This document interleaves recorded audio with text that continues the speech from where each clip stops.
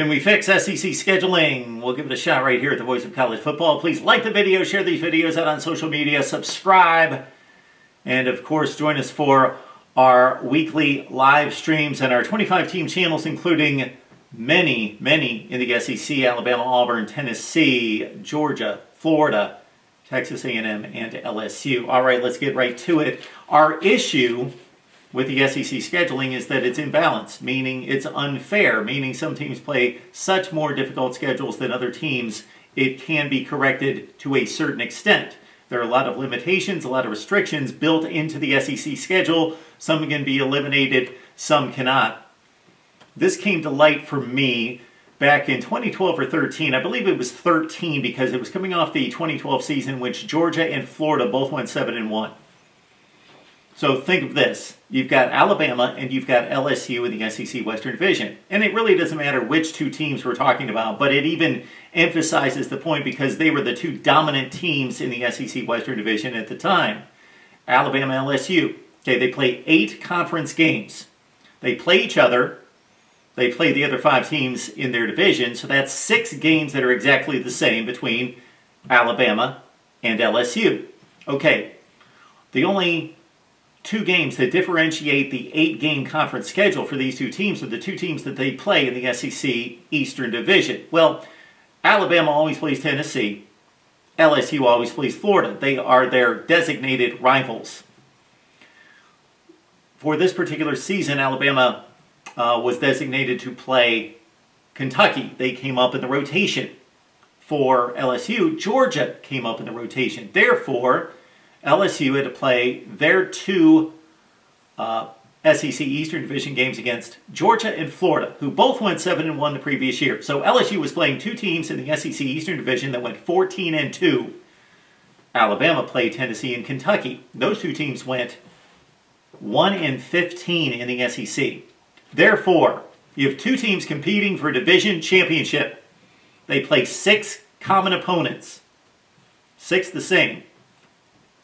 So, the 2 games that are different, one team has to play 2 teams that are 14-2. The other team has to play 2 teams that went 1-15. That has to be worked out. Your first issue in the SEC is this concept of non-division rivalries. These series between rivals that are designated, but they are not real rivals. Okay, this was built into the SEC schedule to protect real rivalries, and I get it. So protect the real ones and let the other ones go.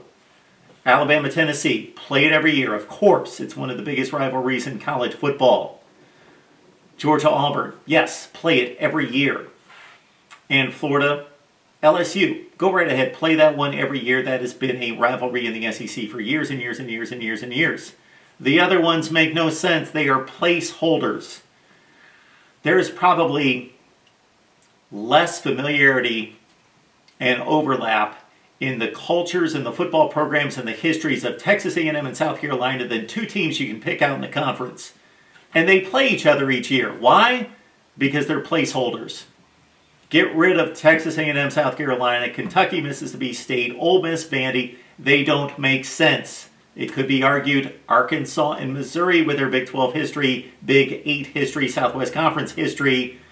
That there is some level, even though Arkansas was in the Southwest Conference and Missouri in the Big 12, that there's some kind of connection there because of location. But even they didn't play in a previous conference together.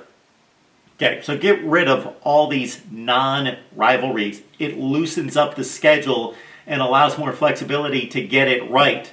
Now let's see what we've got in the SEC Eastern Division this year in terms of non-division opponents. Look at poor Vandy. They've got to play Alabama and Ole Miss. Those 2 teams went 13-3 in the SEC last season. On the flip side, you've got Georgia, Florida, and Missouri. Their 2 non-division opponents went 7-9 last season. There's got to be a way to correct that. Okay, there is. We can't get it perfect because we've got a lot of limitations here. We've only got 2 games to work with, first and foremost, and secondly, we've got to stay true to some of these rivalries. So Georgia's got to play Auburn, and Florida's got to play LSU, and Of course, Tennessee is going to play Alabama. So we moved around some opponents, and this is what we came out with. A much tighter, fairer SEC schedule. You've got two teams that face 10-6 records, and that's impossible to avoid when there are teams as good as Alabama and Georgia that go 8-0, 7-1 in the conference, and then you've got Vanderbilt who goes 0-8. It's almost impossible to balance that out with somebody else, because for every Alabama or Georgia, you got to match them up with Vandy to completely balance it, and of course you can't do that all over the place, all over the schedule. So the best we could do is we achieved an 8-8 schedule out of division for 3 teams, 9-7 for 2, and 10-6 for the other 2. Much more balanced, much fairer than what the SEC produced. All right, let's go to the SEC Western Division. Much more difficult here because, number one, the SEC East 125 and the West 131, 31-25 difference between the two. So that imbalances. So understand that if you're trying to achieve a fair schedule, if the two divisions are balanced and they split the games like our Big Ten video, check it out, 32-31 between the East and the West, it's easier. Plus, they've got 3 games that they play out of division. So that gives you more flexibility in scheduling 3 games instead of just 2 games, and they don't have all these crazy crossover division rivalries either. So we could accomplish this much easier in the Big Ten than we can in the SEC. Maybe they obliterate the divisions. Of course, we've got the entry of Oklahoma and Texas to deal with, and we'll have a lot of fun with that. Bama right now plays the daunting twosome of Tennessee and Vandy, who went 4-12 in the SEC last year. On the other end of the spectrum, Mississippi State plays 2 teams that went 13-3. Georgia, the best team in the country, and Kentucky. Auburn doesn't have an easy ride either with Georgia and Missouri. And then you see all the weak schedules. And again, these are going to be weaker because the SEC East won less games. Therefore, the SEC West opponents out of division are going to be weaker.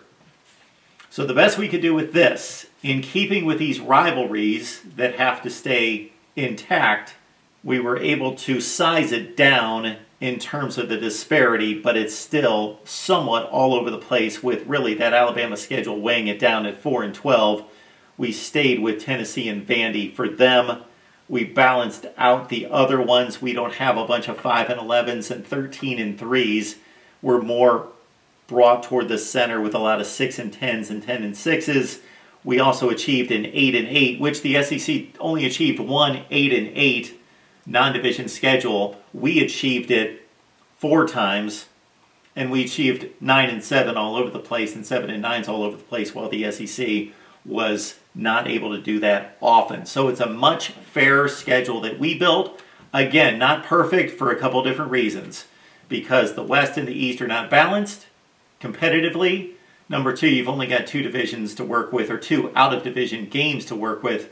And number 3, you've got to adhere to the rivalries. We blew out the non-rivalries because they make no sense and don't need to be continued. Your thoughts about SEC scheduling? Maybe we take it on. Let's add Texas and Oklahoma and give that a look. We'll build divisions or pods or whatever we need to do and build an 8 or 9 game SEC conference schedule. Your thoughts down below right here at the Voice of College Football. Please like the video. Share these videos out on social media. People need to know that we're talking college football with you each and every day right here at the Voice of College Football.